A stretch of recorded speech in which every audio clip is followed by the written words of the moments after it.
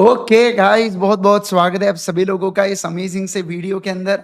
जल्दी जल्दी मुझे एक बार ऑडियो वीडियो चेक दे दीजिए और बता दीजिए कि क्या आपको मेरा ऑडियो, क्या आपको मेरा वीडियो सब कुछ एकदम परफेक्ट है, सब कुछ एकदम बढ़िया है, सब कुछ एकदम क्लियर है। जल्दी जल्दी सारे के सारे लोग बता देंगे all good, all perfect, all बढ़िया, ऑल अमेजिंग। ठीक है, एक बार मैं ही चालू करके देख लेता हूँ। चलो, बहुत बढ़िया। चलो चलो चलो सर, सारे लोग आ जाएंगे। आज हम लोग यहाँ पर क्या करने वाले हैं, यूनिट नंबर 6 को रिवाइज करने वाले हैं। लगभग 45 मिनट से 1 घंटे के बीच में अपने को लगने वाला है समय इस यूनिट को रिवाइज करने के लिए। दोस्तों, मैं अगर बात करूँ आपके साथ, तो ये हमारी सीए फाउंडेशन एंड ये हमारी सीए इंटरमीडिएट की टीम है बेटा, जिन्होंने बहुत ही भयंकर और बहुत ही खतरनाक रिजल्ट्स इस बार दिए हैं जनवरी 25 के अंदर। मैं चाहता हूं बेटा कि आपके जो मई 25 सितंबर 25 के रिजल्ट्स है, ये इन रिजल्ट्स को भी पार करे। इस बार हमारे 4 एआईआर थे, इसके अंदर 3 ही दिख रहे हैं, पर वैसे अल्टीमेट सीए से 4 एआईआर आए थे। और इसके साथ साथ फाउंडेशन की बात करूं तो स्पेसिफिकली लॉ के अंदर परी गुप्ता ने 80 मार्क्स स्कोर किए, और एक और है निजा, जिनका नाम है, उन्होंने भी 80 मार्क्स स्कोर किया है। दोस्तों, मैं आपको सीए फाउंडेशन में लॉ और सीए इंटरमीडिएट में भी मैं आपको लॉ पढ़ाता हूं। ठीक है, चलिए आ जाएंगे मित्रों। अगर हम लोग बात करें तो यूनिट नंबर 6 बहुत ही बढ़िया छोटा सा यूनिट है, और मैं एग्जाम के पर्सपेक्टिव व्यू से बताऊं तो बहुत इजी यूनिट है। और इसके ऊपर एक सवाल हर दूसरे अटेम्प्ट में एक सवाल इंस्टीट्यूट पूछती है बेटा, ठीक है ना। तो इसलिए इस यूनिट को एकदम बढ़िया से पढ़ना, अच्छे से पढ़ना, शांतिपूर्वक पढ़ना, क्योंकि कॉन्सेप्ट बहुत इजी है। बस एक बार आपको समझ में आ जाए तो फिर आपको ज्यादा समय नहीं लगेगा। ठीक है, okay. So let's get started with unit number 6 का रिवीजन, जिसका नाम है contingent contract and quasi contracts के बारे में। दो ही टॉपिक के बारे में हम लोग पढ़ेंगे, कंटिंजेंट कॉन्ट्रैक्ट, क्वाजी कॉन्ट्रैक्ट। क्या कहा मैंने, बोलो। कंटिंजेंट कॉन्ट्रैक्ट, क्वाजी कॉन्ट्रैक्ट के बारे में दो ही टॉपिक के बारे में हमको पढ़ना है। तो देखो सर, कंटिंजेंट कॉन्ट्रैक्ट का मतलब होता है कॉन्ट्रैक्ट टू डू और not to do something if some event collateral to such contract does और डज नॉट हैपन। जैसे contract of insurance, indemnity, guarantee, ये इसी कॉन्ट्रैक्ट के अंदर फॉल करते हैं। आओ मैं आपको एक एग्जांपल देके पूरी पूरी चीजें समझाता हूं क्या यहाँ पर ये लोग बोल रहे हैं। देखो, इनका क्या कहना है, इनका ये कहना है कि कॉन्ट्रैक्ट जो है ना, वो दो लोगों के बीच में कॉन्ट्रैक्ट होता है, कंटिंजेंट कॉन्ट्रैक्ट। और इस कॉन्ट्रैक्ट का होना या नहीं होना किसी थर्ड इवेंट के होने या नहीं होने पर डिपेंड करे। तो किसी थर्ड इवेंट के होने या नहीं होने पर डिपेंड करे, तो उस सिचुएशन के अंदर हम लोग कहते हैं it is a contingent contract. जैसे देखो, एग्जांपल मैं आपको देता हूं। मान लो मैं बात करूंगा मेरे बारे में, है ना। अब भी कल परसों की बात है, मैंने क्या निकाला बेटा, मैंने इंश्योरेंस निकाला। मतलब मैंने इंश्योरेंस का प्रीमियम, आईपी मतलब इंश्योरेंस का प्रीमियम किसको दिया, मैंने एचडीएफसी वाले को दिया। ठीक है, और एचडीएफसी वालों ने मेरे को रिस्क का कवर दिया। क्या दिया, बोलो, रिस्क का कवर दिया। एचडीएफसी वाले कहते हैं कि ये जो कॉन्ट्रैक्ट है, ये डिपेंड करता है एक इवेंट के ऊपर, और इवेंट है गाड़ी का एक्सीडेंट। अगर गाड़ी का एक्सीडेंट होता है तो वो मुझे रिस्क का कवर देंगे, पर अगर गाड़ी का एक्सीडेंट नहीं होता तो क्या वो मुझे रिस्क का कवर देंगे, क्या, नहीं सर, नहीं देंगे। इसे क्या बोला जाता है, बोलो जल्दी से सर। इसे हम लोग नाम देते हैं कंटिंजेंट कॉन्ट्रैक्ट। क्या नाम देते हैं, बोलो जल्दी से। कंटिंजेंट कॉन्ट्रैक्ट का नाम इसे दिया जाता है। क्या आपको ये बातें क्लियर, बोलो बोलो बोलो जल्दी से मुझे, क्या आपको ये बातें एब्सोल्युटली क्लियर। ठीक है, ओके। चलो, अब अगर मैं बात करूं आपके साथ, sir what are the essentials of contingent contract. तो देखो, जो परफॉर्मेंस है, जो कॉन्ट्रैक्ट है, वो डिपेंड करता है अपॉन हैपनिंग या non happening of some event और द कंडीशन। जैसे अपने केस में गाड़ी का एक्सीडेंट हो भी सकता है, नहीं भी हो सकता है, उसके ऊपर परफॉर्मेंस ऑफ कॉन्ट्रैक्ट डिपेंड करता है। क्या, बिल्कुल बिल्कुल डिपेंड करता है। ये जो इवेंट है ना, ये कोलैटरल है बेटा टू दी कॉन्ट्रैक्ट, मतलब ये कोई पार्ट ऑफ कॉन्ट्रैक्ट नहीं है। ऐसा नहीं, इंश्योरेंस कंपनी ऐसी नहीं बोल रही हमारी इच्छा हुई तो हम आपको पैसा देंगे, हमारी इच्छा नहीं हुई तो हम आपको पैसा नहीं देंगे करके। ऐसा इंश्योरेंस कंपनी बोल रही है क्या, नहीं बोल रही। इसका मतलब ये सर होता है एक कोलैटरल इवेंट। क्या माना जाता है, बोलो, कोलैटरल। कोलैटरल मतलब अलग सलग इवेंट जिसमें दोनों पार्टी का किसी भी तरीके से कोई कंट्रोल होता है, क्या, नहीं सर, कोई कंट्रोल नहीं होता। इस बात का ध्यान रखना, ओके। और ये जो इवेंट है ना, ये कोई परफॉर्मेंस ऑफ कॉन्ट्रैक्ट या कंसिडरेशन फॉर प्रॉमिस नहीं होना चाहिए। मतलब ऐसा नहीं होना चाहिए, मैं इंश्योरेंस कंपनी को बोल रहा हूं कि तुम मुझे पैसे देना अगर मैं गाड़ी को जानबूझ के ठोक दूं तो। अरे भाई साहब, यहाँ पे तो मैंने परफॉर्मेंस प्रॉमिस कर दिया कि मैं गाड़ी को ठोकूंगा। अब समझ रहे क्या बात को? तो ऐसी चीजें नहीं होनी चाहिए। मतलब इनका कहना है कि एक पार्टी का खुद के परफॉर्मेंस का एक्ट कंटीजेंट या कोलैटरल इवेंट माना जाता है क्या? नहीं माना जाता। ओ अगला, अब देखो, contingent event should not be mere will of a promisor, the event should be contingent in addition to the will of promisor. जैसे फॉर एग्जांपल, मान लीजिए अगर मैं बात करूं आपके साथ एग्जांपल के लिए, मान लीजिए यहाँ पे सल्लू कहता है ऐश्वर्या से मैं तुमसे शादी करूंगा अगर मेरी इच्छा हुई तो बेटा। अब ये क्या बात हो गई कि आप इसको कंटीजेंट कॉन्ट्रैक्ट बोलेंगे क्या? हाँ, सल्लू की इच्छा हो भी सकती है, नहीं भी हो सकती है। अरे भाई ऐसा थोड़ी होता, ये कंटीजेंट कॉन्ट्रैक्ट होता है क्या? नहीं सर, नहीं होता है। इसके अलावा जो इवेंट है जिसके ऊपर हमारा कॉन्ट्रैक्ट डिपेंड कर रहा है, ये अनसर्टन होना चाहिए। जैसे ऐसा नहीं हो सकता मैं तुम्हें 1 लाख रुपए दूंगा बदले में तुम मुझे गुड्स देना अगर सूरज उगा तो। अरे भाई साहब, सूरज तो उगने ही वाला है, वो तो कोई बात ही नहीं है ना। इवेंट अनसर्टन होना चाहिए। अनसर्टन मतलब हो भी सकता है, नहीं भी हो सकता है, ऐसा इसे बोला जाता है अनसर्टन इवेंट। और किसी भी पार्टी का कोई कंट्रोल नहीं होना चाहिए अनसर्टन इवेंट के ऊपर, ये लोग यहाँ पे ऐसा कह रहे हैं। मतलब सर अगर पार्टी का कंट्रोल रहा अनसर्टन इवेंट के ऊपर तो वो कंटीजेंट कॉन्ट्रैक्ट नहीं कहलाया जाएगा। समझे क्या बात को? अगर मान लो जैसे मेरा फॉर एग्जांपल, मेरा अगर कंट्रोल है किसी इवेंट के ऊपर, तो उस इवेंट को मैं कंटीजेंट कॉन्ट्रैक्ट नहीं बोलूंगा, ऐसा ये लोग बोल रहे हैं। क्या नहीं बोलूंगा बोलो? उस इवेंट को मैं कंटीजेंट कॉन्ट्रैक्ट नहीं बोलूंगा, ऐसा ये लोग यहाँ पर कह रहे हैं। क्या बात को समझे क्या? सारे लोग जल्दी से बनाएंगे मुझे, क्या आपको ये बात समझ में आ रही है क्या? Yes sir, okay. अब देखो सर, कुछ डिफरेंस है कंटीजेंट और वेजरिंग कॉन्ट्रैक्ट के बीच में। अगर आपको याद है तो लास्ट चैप्टर के अंदर हम लोगों ने वेजरिंग कॉन्ट्रैक्ट पढ़ा था, लास्ट टू लास्ट चैप्टर, जिसके अंदर बात किया था कि जहां पे मनी कंसिडरेशन होता है बेटा, क्या होता है बोलो जल्दी से? जहां पर मनी कंसिडरेशन होता है, मतलब पैसे को लेने देने की बारी जहां पर आ रही है ना, उसे बोला जाता है क्या? Wagering contract. मतलब देखो, मैं तुम्हें पैसे दूंगा या तुम मुझे पैसा देना, अगर आज की इंडिया की मैच हम जीतते हैं या हारते हैं तो उसे बोला जाता है वेजरिंग कॉन्ट्रैक्ट। क्या नाम देते हैं बोलो जल्दी से? Wagering contract.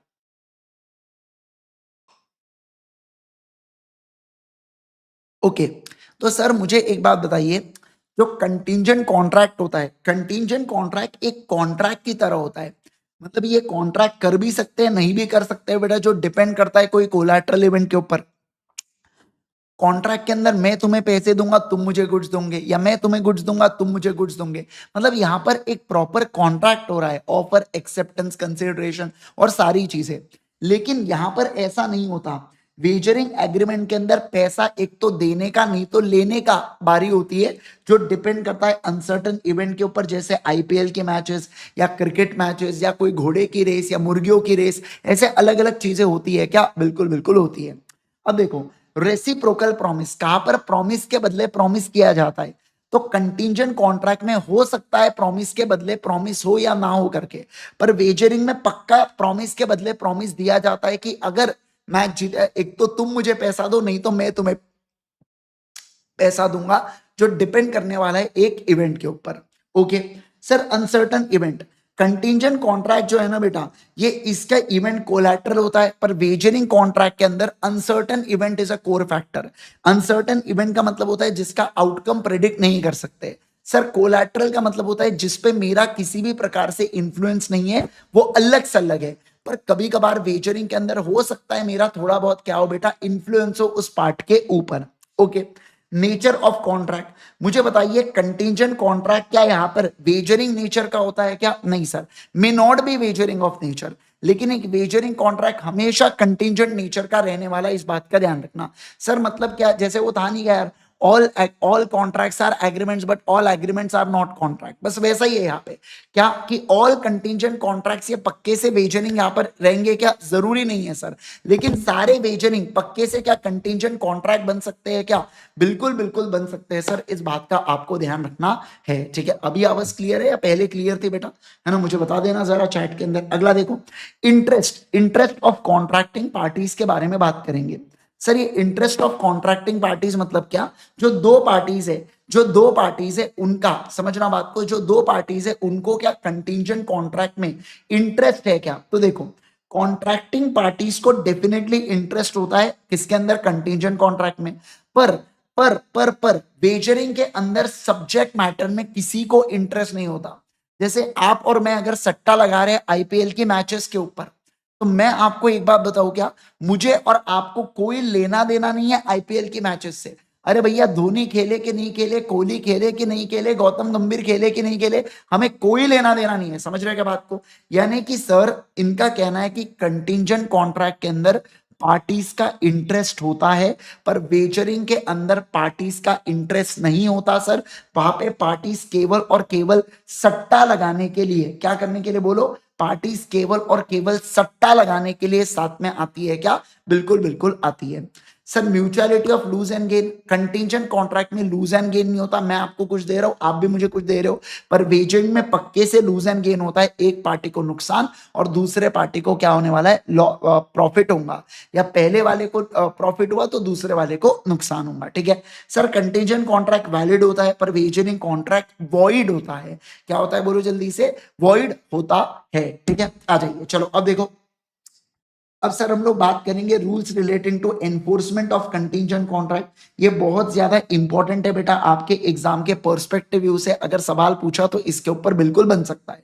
ठीक है, देखो यहाँ पे अपन कुछ रूल्स के बारे में बात करेंगे, रूल्स रिगार्डिंग एनफोर्समेंट। देखिए, enforcement of contracts contingent on an event happening. क्या बोला यहाँ पे सर? कॉन्ट्रैक्ट का एनफोर्समेंट यहाँ पर मतलब देखो, कुछ कॉन्ट्रैक्ट्स है जिनका एनफोर्समेंट डिपेंड करता है, क्या करता है बोलो, जिनका एनफोर्समेंट डिपेंड करता है ऑन इवेंट हैपनिंग के ऊपर। मैं आपको एक एग्जांपल देता हूं, समझना। जैसे देखो, मैं यहाँ पे कहा क्या, आईजी, और यहाँ पे मैं एमवी सर से क्या कह रहा हूं, मैं एमवी सर से कह रहा हूं मैं आपको बॉटल सप्लाई करूंगा, बदले में आप मुझे पैसे देना। एमवी सर को वाटर बॉटल का धंधा करना है बेटा, है ना? यस। तो मैं एमवी सर को बॉटल सप्लाई करूंगा, एमवी सर मुझे पैसा देंगे। और मैं क्या कहता हूं कि ये जो आपका और मेरा कॉन्ट्रैक्ट है ना, ये डिपेंड करता है किसके ऊपर? चाइना से जो मेरी शिप है, अगर वो मेरी शिप आ जाती है तो तेरा मेरा कॉन्ट्रैक्ट वैलिड है।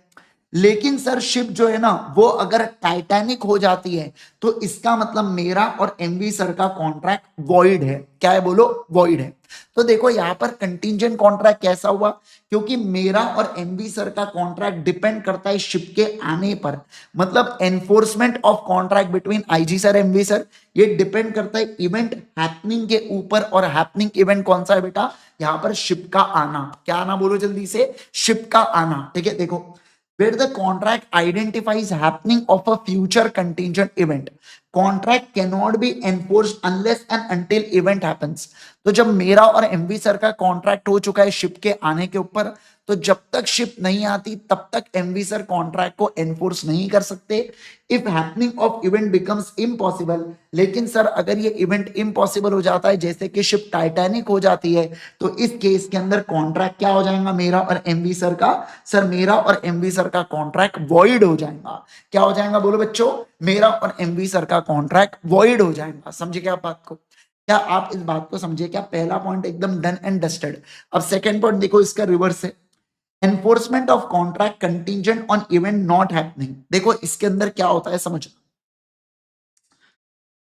सर। इसके अंदर मैं आईजी सर, मैं पीपी सर के साथ कॉन्ट्रैक्ट करता हूं कि पीपी सर मुझे बॉटल बेचेंगे, मैं पीपी सर को पैसे दूंगा। पर ये कॉन्ट्रैक्ट कंटिंजेंट है कब? जब मैं कहता हूं कि अगर शिप नहीं आती है तो आपका और मेरा कॉन्ट्रैक्ट वैलिड है पीपी सर। लेकिन जो शिप है ना, अगर वो टाइटैनिक हो जाती है, टाइटैनिक हो जाती है, तब आपका और मेरा कॉन्ट्रैक्ट जो है ना, आपका और मेरा कॉन्ट्रैक्ट जो है ना, ये क्या हो जाएगा? हाँ, ये वैलिड हो जाएगा। पर शिप अगर आ जाती है, शिप अगर आ जाती है तो आपका और मेरा कॉन्ट्रैक्ट वॉइड हो जाएगा। मतलब ये एग्जैक्टली रिवर्स है। यहाँ पे मेरा और पीपी सर का कॉन्ट्रैक्ट कुछ नहीं होने पर है, और वो क्या है? शिप के नहीं आने पर। तो जब शिप डूबेंगी बेटा, तब मेरा और पीपी सर का कॉन्ट्रैक्ट वैलिड है। पर अगर शिप आ जाती है तो मेरा और पीपी सर का कॉन्ट्रैक्ट क्या रहने वाला है? वाइड रहने वाला है। देखो क्या रहने वाला है? वैलिड रहने वाला है। देखो, where contingent contract is made contingent on non happening of event, कुछ नहीं होने पर आपका और मेरा कॉन्ट्रैक्ट वैलिड होगा, तो it can be enforced only when it's happening becomes impossible. तो मुझे बताइए ये एनफोर्स कब किया जा सकता है? ये एनफोर्स उसी समय किया जा सकता है। कब किया जा सकता है बोलो? ये एनफोर्स उसी समय किया जा सकता है जब इवेंट एक्चुअली में, बोलिए जल्दी से, इम्पॉसिबल होता है। जैसे कि शिप अगर टाइटैनिक होती है तभी जाके ये कॉन्ट्रैक्ट क्या होगा? वैलिड होगा। बढ़िया है, बोलो जल्दी से, बढ़िया है। यस, चले क्या हम लोग आगे बढ़े क्या? बोलो जल्दी से, क्या हम लोग आगे बढ़े क्या? यस। अब देखो यहाँ पर, अब देखो, contract would be contingent, would be ceased to be enforceable if contingent upon conduct of living person. Then when the living person makes something to make the event या conduct as impossible of happening. क्या कहा मैंने? बोलो impossible of happening. जैसे देखो, मैं अगर बात करूं आप लोगों के साथ, तो देखिए यहाँ पे सलमान खान यहाँ पे क्या करता है? सलमान खान यहाँ पे कैटरीना से कहता है, मैं तुमसे क्या करूंगा? मैं तुमसे शादी करूंगा। क्या करूंगा? बोलो, मैं तुमसे शादी करूंगा। ठीक है ना? कब शादी करूंगा मैं तुमसे? मैं तुमसे शादी करूंगा अगर यहाँ पर क्या होता है, अगर यहाँ पर मान लीजिए हाँ, अगर यहाँ पे अभिषेक, किसका? अभिषेक और निमृत की शादी हो जाती है। किसकी हो जाती है? बोलो जल्दी से, निमृत की शादी हो जाती है। आप समझ रहे हैं क्या? पर मुझे एक बात बताइए, अभिषेक ने शादी किससे की? अभिषेक ने शादी की ऐश्वर्या से। तो ऐसे केस के अंदर क्या अब ये जो कॉन्ट्रैक्ट है सलमान खान और कैटरीना का, ये क्या कॉन्ट्रैक्ट वॉइड हो जाएगा क्या? हाँ सर, ये कॉन्ट्रैक्ट वॉइड हो जाएगा। समझे क्या? क्योंकि ये कुछ लिविंग पर्सन के कांड के ऊपर डिपेंड करता है, और ऐसे इसमें क्या हो गया, इस पर्सन ने कुछ ऐसा कर दिया बेटा जिसके कारण अब ये कॉन्ट्रैक्ट क्या हो गया बेटा? वॉइड हो गया। बोलो जल्दी से, क्या हो गया? वॉइड हो गया। तो ये वाले कॉन्ट्रैक्ट सर अगेन हम लोग क्या कहेंगे, जब कॉन्ट्रैक्ट डिपेंड करता है किसी कंडक्ट ऑफ लिविंग पर्सन के, और वो लिविंग पर्सन कुछ ऐसा कर डालता है, कुछ ऐसा कर डालता है जिसके कारण ये कॉन्ट्रैक्ट वॉइड हो जाए, तो सर उसे अपन लोग कंटिंजेंट कॉन्ट्रैक्ट कहेंगे। ठीक है। अब जो हमने पहले 2 पॉइंट पढ़े थे उसी के अंदर टाइम एलिमेंट यहां पर आने जा रहा है। देखो, contingent contract to do or not to do anything if specified uncertain thing does not happen within the specified time या within the fixed time। इसका मतलब क्या हो रहा है समझना। देखो क्या मैंने कहा पीपी सर से, आईजी सर ने कहा कि आप मुझे बॉटल सप्लाई करना, मैं आपको पैसे दूंगा। कब? अगर जो शिप है ना, अगर शिप 1 साल के अंदर नहीं आती है तो तुम मुझे क्या देना? तो तुम मुझे यहां पर बॉटल सप्लाई करना। तो अब देखो, सुनो बात को, 2 चीजें हो सकती है सर। अगर 1 साल के अंदर शिप आ गई बेटा तो ये कॉन्ट्रैक्ट क्या हो जाएगा? वॉइड हो जाएगा। सर 1 साल के बाद शिप आई मतलब कॉन्ट्रैक्ट क्या हो जाएगा? वैलिड हो जाएगा। और 1 साल के अंदर अगर शिप टाइटैनिक हो गई तो अगेन कॉन्ट्रैक्ट क्या हो जाएगा? ये वैलिड हो जाएगा। समझे क्या?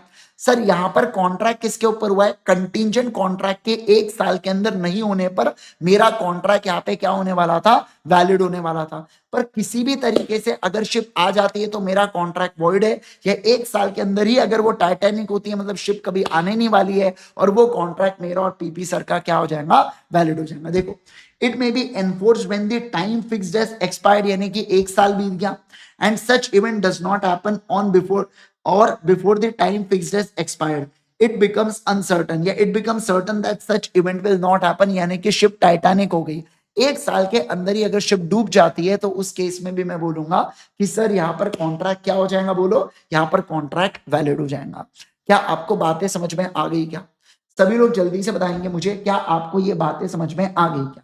बोलो बोलो बोलो जल्दी से। यस बेटा प्रखर, अगर आप मेरे क्वेश्चन बैंक को 3 बार सॉल्व कर लेते हैं, मैं आपको गारंटी देता हूं आप फेल नहीं हो सकते। आपको 70 to 80 मार्क्स का पेपर सेम क्वेश्चन बैंक से छप के दिख जाएगा, same as it is. Literally बोल रहा हूं, क्वेश्चन में नाम चेंज करेंगे, बाकी सेम प्रोविजन के साथ आएगा, सारी चीजें आएंगी। चाहे तो कोई सीनियर्स होंगे आपके जो इन्होंने फाउंडेशन क्लियर किया होगा, उनसे एक बार पूछ लेना, है ना। अरे भाई साहब, हाँ मतलब खतरनाक है बेटा, हॉट प्रोडक्ट है वो हमारा। ठीक है, आइए चलो आओ ध्यान दीजिए दोस्तों। मैं अगर बात करूं आपके साथ, सारे लोग ध्यान दीजिएगा यहाँ पर। अब देखो क्या कह रहा हूं, अब हम लोग बात करेंगे ये वाले पॉइंट के बारे में, contingent on happening of this specified event with in किसके बारे में? देखो, with in fixed years, with in the fixed time. क्या बोला यहाँ पे सर? जब हमारा जो कॉन्ट्रैक्ट है ना वो कंटिंजेंट है on happening of event with in the fixed time, with in the fixed time. इसका मतलब देखो क्या होता है, इसका मतलब होता है कि मैंने एमवी सर से कॉन्ट्रैक्ट किया कि मैं उनको बॉटल सप्लाई करूंगा, बदले में वो मेरे को पैसा देंगे। मतलब क्या हो गया सर? मतलब ये कॉन्ट्रैक्ट हो गया। ठीक है, कब? तो समझना, मैंने कॉन्ट्रैक्ट किया कि अगर शिप अगर 1 साल के अंदर आ जाती है, शिप आ जाती है तो मैं आपको बॉटल सप्लाई दूंगा। इसका मतलब शिप अगर 1 साल के बाद आती है तो कॉन्ट्रैक्ट क्या रहने वाला है, वॉइड। या शिप अगर 1 साल के अंदर ही टाइटैनिक हो जाती है, मतलब डूब जाती है, तो अगेन हम लोग क्या कहेंगे, कॉन्ट्रैक्ट वॉइड होगा। समझे क्या आप बात को? देखो अब जरा पढ़ना है यहां पर, एग्जैक्टली रिवर्स है, ठीक है, एक्सक्यूज मी। देखिए यहाँ पे section 25 says that contingent contract to do or not to do anything if specified uncertain event happens within a fixed time becomes void if at the expiration of fixed time such event has not happened, excuse me, before the time fix such event becomes impossible. तो अगर before the time fix वो impossible हो जाती है, या before the time, या वो after the, जब हमने टाइम फिक्स किया उसके बाद वो आती है, तो इन दोनों केसेस के अंदर कॉन्ट्रैक्ट क्या होने वाला है सर, कॉन्ट्रैक्ट यहाँ पे वॉइड होने वाला है। क्या होने वाला है बोलो जल्दी से, कॉन्ट्रैक्ट यहाँ पर वॉइड होने वाला है। Got it? क्या आपको बात समझ में आई क्या? Yes sir. अब देखो सर, अब हम लोग बात करेंगे contingent contract on impossible event. मुझे एक बात बताइए, अगर कोई कंटीजेंट कॉन्ट्रैक्ट है जो किसी इम्पॉसिबल इवेंट के ऊपर डिपेंड करता है, जो इवेंट कभी हो ही नहीं सकता, तो वैसे कॉन्ट्रैक्ट को वॉइड कॉन्ट्रैक्ट बोला जाता है।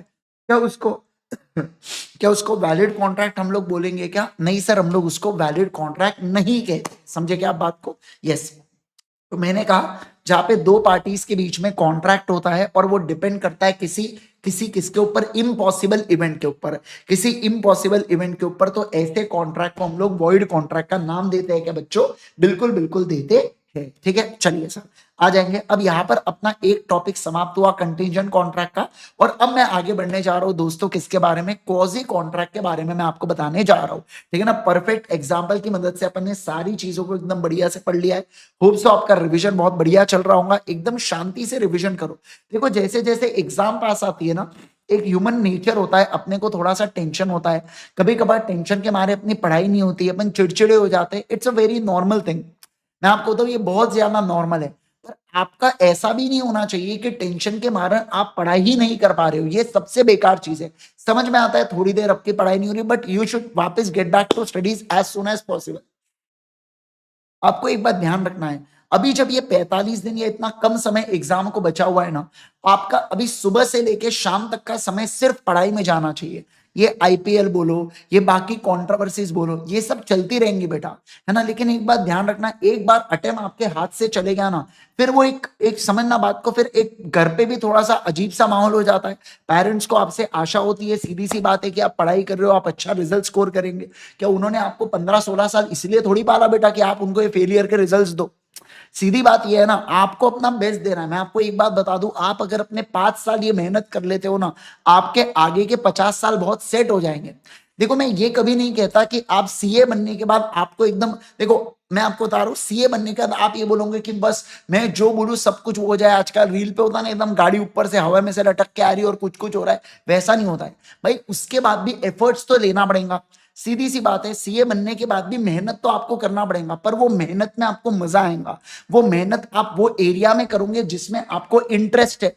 समझ रहे क्या बात को? और ऑब्वियसली बात है, उसका मनी कंसिडरेशन जब आपके बैंक अकाउंट में रिफ्लेक्ट होता है तो आपको बहुत अच्छा लगता है वो काम करने के लिए, है ना। तो देखिए सीए बनने का बाय डिफॉल्ट 8 से 10 लाख की जॉब तो बेयर मिनिमम लगती है। एक बात मैं आपको बता दूं, ऑब्वियसली बात है, आप कोई अच्छे कंपनी में आप बोलोगे सर मेरे नेटिव प्लेस में एक सीए वो यहीं पे काम करते हैं, पर उनको तो 20-25 हजार मिल रहे हैं, क्योंकि उन्होंने डिसाइड किया वहीं पे काम करने का, ताकि फ्यूचर में वो प्रैक्टिस डाल पाए। और प्रैक्टिस डाल के ऑब्वियसली बात है, वो जो अभी वो कम कर रहे हैं, कम कमा रहे हैं, वो बाद में सब कुछ कंपनसेट हो जाता है। लेकिन मैं आपको एक बात बता दूं यहाँ पर कि मिनिमम आपको उतना लिमिट देता है। अब आप सोच के देखिए, अब मैं आपको एक बताता हूं, एक बैच के अंदर देखो कैलकुलेशन, देखो क्या खतरनाक है। सर मान लो एक बैच के अंदर 1000 बच्चे हैं, उसमें से अज्यूम करता हूं मैं 25% सीए फाउंडेशन में बैठते हैं, मतलब सीए फाउंडेशन पास होते हैं, मतलब कितना बचा 250। अब उसके बाद सीए इंटर के अंदर 20% का रिजल्ट होता है, ये भी मैं ज्यादा बोल रहा हूं, इससे भी कमी होता है। ठीक है, मतलब कितने बचे 50 बच्चे। और सीए फाइनल के अंदर, सीए फाइनल के अंदर अगेन 15% के आसपास रिजल्ट होता है, मतलब आप ऐसा समझो 5 बच्चा। तो अगर एक बैच के अंदर 1000 बच्चा है बेटा, तो बैच ही ऐसे बच्चे होते हैं उस बैच के जो सीए बन जाते हैं। आप समझना। अब आप बोलोगे सर इसके अंदर पिछले अटेम्प्ट के जो पास नहीं हो वो भी आएंगे। हाँ वो भी आएंगे, पर वो तो नेट ऑफ होते चलेंगे ना, फिर इस बार पास होंगे तो अगले बार कुछ और ऐड हो जाएंगे, वो तो चलते रहने वाला है। पर मैं अगर एक बैच की बात करूं तो इस तरीके से रिजल्ट लगता है। अब सीधी बात है, अगर कोई 1000 में से 5 बच्चे चुन के आ रहे हैं तो उसमें कुछ तो बात होंगी ना। अरे यार उसमें कुछ तो बात होंगी ना। तो आपको ये रहना है कि भैया कुछ भी हो जाए मुझे इन 5 बच्चों के अंदर रहना है करके, ये आपको सोच के रखना है। पहले मैं आजकल देखता हूँ बच्चों का बहुत नेगेटिव माइंडसेट होता है भाई, कि सर अभी तो 1 महीना ही बचा है, मैं कैसे पास करूंगा, मेरा तो एक ही रिवीजन हुआ है। भाई ऐसा नहीं होता है, बहुत ज्यादा है, अभी भी 1 से 1.5 महीना है आपके पास। ये भी बहुत ज्यादा समय है, और वो भी सीए फाउंडेशन के छोटू से सब्जेक्ट्स को पढ़ने के लिए बहुत ज्यादा समय है। सीए इंटर फाउंडेशन का 7 टाइम्स है, सीए फाइनल इंटर का 7 टाइम्स है, फिर क्वांटम को कैसे संभालोगे, है ना। तो मैं आपको एक बात बता रहा हूं, आप बस अपना बेस्ट दीजिए। जिस समय आपके मन में एकदम लगन लग गई ना कि भाई मेरे को क्लियर करना है, कुछ भी हो जाए करके, उस दिन कोई कोई लिटरली आपको कुछ नहीं कर सकता। आप पास होके रहेंगे, कितना भी टफ पेपर आ जाए, इंस्टीट्यूट कितना भी गंदा रिजल्ट दे दे, आपका पास होना तय रहेगा। बस आपको वो समझना, बात को आपको सोच के रखना है कि मैं कर सकता हूं, मेरे पास है वो कैलिबर। आपको नेगेटिव माइंडसेट कभी भी नहीं रखना है, इस बात का ध्यान रखना। नेवर एवर कभी ये मत सोचिए कि मैं फेल हो जाऊंगा, कभी ये मत सोचिए कि यार मेरा अच्छा स्कोर नहीं होगा। भाई तू मेहनत कर रहा है, तेरे पास समय है, और क्या चाहिए। मतलब बहुत से ऐसे बच्चे होंगे बेटा जिनको अभी पता ही नहीं है, उन्होंने हो सकता है पढ़ाई चालू नहीं की हो करके, ऐसे बहुत से रहते हैं। मतलब आप समझो अगर 100 बच्चे दे रहे तो 20 से 25 बच्चे ऐसा ही रहता है ना। तो यूं ही हम लोग बदनाम है बेटा कि अपना रिजल्ट इतना कम आता है, जबकि अपना रिजल्ट 75 में से 20-22 बच्चे पास होते हैं। तो वैसा रिजल्ट देखना चाहिए 30-33% का, क्योंकि 25 बच्चे तो ऐसे जो बिना पढ़े एग्जाम देते हैं, उनका फेल होना तय है बिल्कुल। वो एकदम बीकॉम जैसा लेते बेटा इसको, फिर सी पहले वो सीए को लेते, फिर सीए उनको लेता अलग से, है ना। तो आप सोच के देखिए, तो you have to be very confident. आप बस मेहनत कीजिए, आपका रिजल्ट बहुत अच्छा आएगा। आपने बाकी आपको कोई टेंशन नहीं लेना है, ठीक है ना। चलिए आइए, let's get back to the, आ जाइए जल्दी से, लेट्स गेट स्टार्टेड। अब मैं अगर बात करूं आपके साथ क्वाजी कॉन्ट्रैक्ट के बारे में हम लोग पढ़ेंगे। सर क्वाजी कॉन्ट्रैक्ट का मतलब क्या होता है, देखो क्वाजी कॉन्ट्रैक्ट का मतलब होता है कि यहाँ पर है ना, दो पार्टीज आपस में कॉन्ट्रैक्ट नहीं करती है, बट दोनों पार्टीज के ऊपर रिस्पेक्टिव ऑब्लिगेशंस आते हैं, और ये ऑब्लिगेशन लॉ उनके ऊपर डालती है। मतलब क्या बोल रहे हो सर आपको, जैसे देखो फॉर एग्जाम्पल ये जो कृष्णा है ना बेटा, ये भेलपूरी पानीपुरी खा रहा था, रास्ते से जा रहा था, इसका फोन गिर गया, मुझे वो फोन मिल गया, तो मैंने क्या करना चाहिए, सर सिम निकाल के यूज करो, नहीं बेटा। लॉ कहता है कि आपने इस फोन के ट्रू ओनर को ढूंढना, यानी कि मैं कृष्णा को ढूंढूंगा, और ढूंढने के बाद मैं क्या करूंगा, उसको उसका फोन लौटा दूंगा। क्या, बिल्कुल बिल्कुल लौटा दूंगा। इसे कॉजी कॉन्ट्रैक्ट बोला जाता है।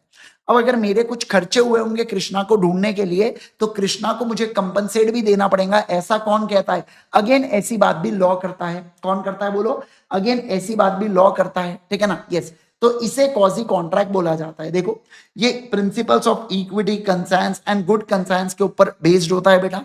A quasi constructive contract depend करता है कि no man must grow rich out of another person loss, यानी कि कृष्णा के फोन घूमने से मैं अमीर बनना चाहिए क्या, नहीं sir. These relation are known as quasi contractual obligation। इसे सर ऐसा भी बोला जाता है, certain contract जो create certain relations resembling that those created by the contract। मतलब ऐसे कॉन्ट्रैक्ट जो एक्चुअली में कॉन्ट्रैक्ट से नहीं जन्मे, ऐसे ऑब्लिगेशन, ऐसे रिलेशन जो कॉन्ट्रैक्ट से नहीं जन्मे, बट ये लॉ ने डाला है, लॉ ने इंपोज किया है। समझ रहे हो आप बात को, यस ओके। अब देखो बेटा ध्यान रखना, ये वाला है ना बड़ा इंपॉर्टेंट है। What are the salient features of quasi contract, बच्चा भूल ही जाता है सेलियंट फीचर्स को लिखना। देखो सबसे पहली बात मैं आपको बता दूं, यहां पर है ना, in first place such right is right to money. क्या है बोलो जल्दी से, राइट टू मनी होता है यहाँ पर। मतलब मैंने जितना पैसा लगाया है उतना मुझे क्या मिलेगा, उतना मुझे पैसा मिलेगा। यहाँ पे कोई मुझे डैमेजेस वगैरह पे वे नहीं करने वाले, समझना बात को। यहाँ पर जो जैसे फॉर एग्जांपल मान लो कृष्णा का फोन गिरा, वो फूट गया। अब वो फूट गया और मैंने वो कृष्णा को लौटाया, तो कृष्णा ये नहीं बोल सकता अरे फूटी हुई स्क्रीन में तुम पैसे दे दो, नहीं भाई, उल्टा कृष्णा को मुझे पैसे देना पड़ेगा कि मैंने ट्रू ओनर को ढूंढने में जो भी कॉस्ट इनकर किया हो वो कृष्णा को मुझे पे करना पड़ेगा। दूसरा सर, ये कोई एग्रीमेंट वगैरह से अराइज नहीं होता, ये लॉ के द्वारा इंपोज होता है। और तीसरी वाली बात कि ये यहाँ पे राइट है ना एक पर्टिकुलर पर्सन के अगेंस्ट मिलता है। जैसे कृष्णा को मेरे अगेंस्ट राइट है, मेरे पास कृष्णा के अगेंस्ट राइट है। मैं ये नहीं बोल सकता कृष्णा के साथ पूजा थी, पूजा को बोल रहा हूं वो मुझे पैसे नहीं दे रहा ढूंढने के, तुम दे दो। मैं ऐसा नहीं बोल सकता, समझे क्या आप बात को? तो ऐसे यहां पर बोला गया है कि मेरे पास राइट है केवल और केवल कृष्णा के अगेंस्ट, और कृष्णा के पास राइट है केवल और केवल मेरे अगेंस्ट। इस बात का ध्यान रखना। इसे बोला जाता है राइट इन पर्सोनम। क्या बोला जाता है? बोलो, right in पर्सोनम। Right in rem create नहीं करता है कौन? राइट इन रेम क्रिएट नहीं करता है, right against whole world create नहीं होता है क्वाजी कॉन्ट्रैक्ट में। केवल और केवल राइट इन पर्सोनम होता है। क्या? बिल्कुल बिल्कुल होता है, ठीक है ना। चलिए सर, आ जाएंगे नेक्स्ट वाले पॉइंट के ऊपर। Cases deemed to be the quasi contract के बारे में बात करेंगे। सर ऐसे कौन से केसेस है, ऐसे कौन से केसेस है, ऐसे कौन से केसेस है जो आते हैं किसके अंदर? क्वाजी कॉन्ट्रैक्ट के अंदर, जरा बताइए। तो देखो, इसके अंदर मैं अगर बात करूं तो 5 केसेस है। सबसे पहला देखो, claim for the necessary supplied by incapable person of contracting. आपको याद है कि यूनिट नंबर 3 में अपन ने माइनर वाला पॉइंट पढ़ा था बेटा? यस। तो देखो ये पॉइंट क्या कहता है, सेक्शन नंबर 68। सेक्शन नंबर 68 कहता है,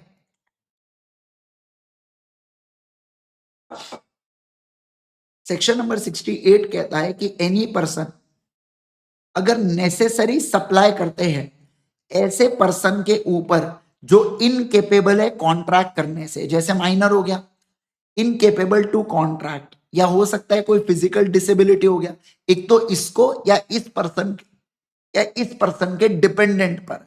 डिपेंडेंट का मतलब क्या होता है? जैसे देखो, मान लो ये कोई माइनर बच्चा है और ये उसकी बूढ़ी दादी है, तो बेचारी बूढ़ी दादी माइनर के ऊपर डिपेंडेंट है। समझ रहे हैं बात को, है ना? तो ऐसे केस के अंदर हम लोग क्या कहेंगे, सर आपने जितनी भी नेसेसरी सप्लाई की है ना, वो आप इस पर्सन से क्या कर सकते हो? क्लेम कर सकते हो। जैसे मान लो इनकेपेबल पर्सन को एजुकेशन का खर्चा दिया 10,000 रुपए का, और दादी को मेडिकल का खर्चा दिया 20,000 रुपए का। तो मुझे बताइए, क्या ये पर्सन 30,000 रुपए क्लेम कर सकता है क्या? हाँ सर, कर सकता है। बस ध्यान रखना, ये जो क्लेम कर सकता है ना, ये इस इनकेपेबल पर्सन के प्रॉपर्टी में से ही क्लेम कर सकता है।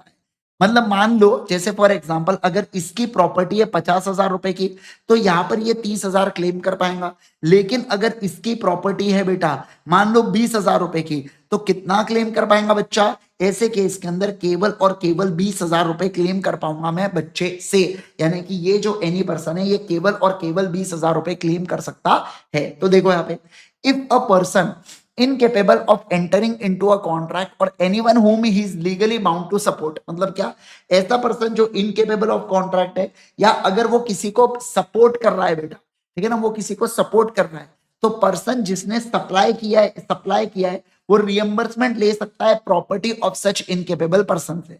बस इसको ध्यान रखना है कि इसने जो सप्लाई किया है ना बेटा, ये क्या है बेटा? माइनर या उस पर्सन के लिए एक्चुअल में जरूरी चीजें होंगी, मतलब उसके एक्चुअल रिक्वायरमेंट होनी चाहिए, उसकी नेसेसरी होनी चाहिए ना, तभी आप क्या कर सकते हो सर? तभी आप यहां पर क्लेम कर सकते हो। ठीक है, ओके। अगला सर, अब हम लोग बात करेंगे पेमेंट बाय इंटरेस्टेड पर्सन के बारे में। सेक्शन नंबर 69, ये है ना, बहुत बार एग्जाम में आजकल पूछा जाता है। देखो मैं यहाँ पर क्या बोल रहा हूँ, समझना बात को।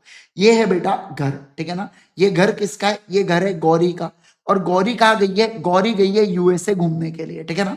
गौरी ने ये घर मुझे किराए से दे रखा है बेटा, मैं कौन हूं? किराएदार। ओके, ठीक है। अब गौरी ने क्या हुआ, गौरी ने मान लीजिए फॉर एग्जांपल, गौरी ने यहां पर है ना टैक्सेस पे नहीं किया।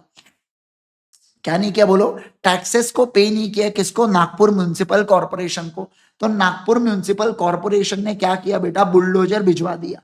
क्या भिजवा दिया? बोलो, बुलडोजर। लग रहा है क्या बुलडोजर है करके? बोलो हाँ लग रहा है करके, एकदम ओरिजिनल। थोड़ा सा अगर आप बुलडोजर की फोटो देखोगे तो कम ज्यादा होंगी, पर ये तो एग्जैक्ट बुलडोजर लग रहा है। ठीक है, आओ। बुलडोजर भिजवा दिया बेटा, कि बोले एक काम करो, इस घर को तोड़ो, इस प्रॉपर्टी की नीलामी करो, और नीलामी करने के बाद हम लोग क्या करेंगे? हम लोग इसको वसूल करेंगे। क्या करेंगे? बोलो, इससे पैसा वसूल करेंगे। समझ पा रहे क्या बात को? है ना? यस। अब देखो क्या, अब मैं ये कह रहा हूं कि मैं आकर यहाँ पे खड़ा हो जाता हूं, मैं कहा नहीं नहीं नहीं नहीं, आप इस घर को नहीं तोड़ सकते, जो है ना, अगर आपको इस घर को तोड़ना है तो आपको मेरे लाश के ऊपर से गुजरना पड़ेगा। और बुलडोजर बेटा पहला गियर डालता है और वो आगे बढ़ जाता है। मैंने कहा भाई मैं जिंदा छोड़ दे, मैं तुम्हें एक काम करता हूँ। हुआ क्या है? तो कहते हैं हमको गौरी से 5 लाख रुपए टैक्सेस के लेना है। मुझे एक बात बताइए, अगर मैं गौरी के बिहाफ में 5 लाख रुपए के टैक्सेस अगर एनएमसी को पे कर देता हूं, तो क्या मैं ये पैसा गौरी से रिकवर कर सकता हूं क्या? बोलो ना, ये सर आप बिल्कुल बिल्कुल इसको गौरी से रिकवर कर सकते हैं, क्योंकि इन पैसों को समझना, क्योंकि इन पैसों के लिए गौरी लायबल थी, बट गौरी ने नहीं दिया और मैंने उसके बिहाफ में दे दिया, तो मैं गौरी से पैसा ले पाऊंगा क्या? बिल्कुल बिल्कुल ले पाऊंगा, समझे क्या? आओ आओ आओ, यहाँ पर ध्यान दो। A person who is interested in the payment of money which another is bound to pay by law, जो दूसरा व्यक्ति बाउंड है बेटा लॉ के द्वारा पे करने के लिए, और जो उसको पे भी करता है, तो ऐसे इसमें क्या वो रियम्बर्समेंट मांग सकता है क्या? 100% वो रियम्बर्समेंट मांग सकता है। इस बात का आपको ध्यान रखना है। मतलब कि मैं गौरी से पैसे मांग पाऊंगा क्या? अरे बिल्कुल मांगो यार, कोई बात ही नहीं है उसके अंदर, बिल्कुल मांग पाऊंगा, समझे क्या? बोलो बच्चों, क्या बात को समझ में आ गया क्या? सभी लोग जल्दी से बताएंगे मुझे, क्या आपको ये पूरी पूरी बातें एब्सोल्युटली क्लियर है? क्या आपको ये पूरी पूरी बातें समझ में आ गई है क्या? डन?